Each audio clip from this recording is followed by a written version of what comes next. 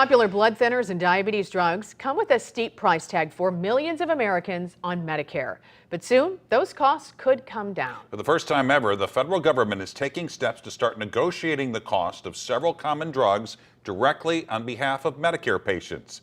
Our political editor, Mark Maxwell, is here with more on the impact to your bottom line. Mark? Don't go spending money or blowing holes in your budget just yet. Any savings wouldn't kick in for another 2 to 3 years at this point. But President Biden still celebrated this first step toward lower drug costs as he hopes to build up momentum toward a second term in office. We have more to do, but inflation is now the lowest point it's been in 2 years. President Biden promoted a key piece of the Inflation Reduction Act at the White House Tuesday morning, highlighting its narrow path to his desk through a divided Congress. And he got it done without a single vote in the other team. But beyond the Beltway, this issue really isn't a partisan issue outside of Washington. AARP Missouri State President Dave Saponaro said most Americans can agree on this. Those brand name drugs are priced outrageously. Kristen Link-Young works on healthcare policy at the White House.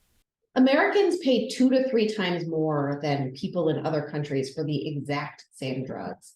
It's outrageous. The administration says 9 million Americans on Medicare paid a combined $3.4 billion in out-of-pocket cost on this list of 10 drugs last year. President Biden finally took on Big Pharma and won, giving Medicare the power for the first time ever to negotiate lower drug prices.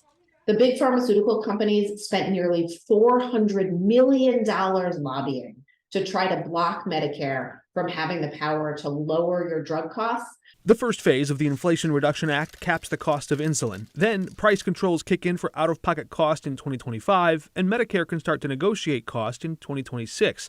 That's when seniors can expect to start seeing some breathing room in their budgets and start worrying less about questions like this. Do I buy food?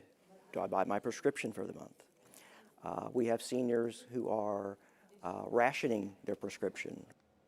Big pharmaceutical companies Merck and Johnson & Johnson are fighting these changes in court.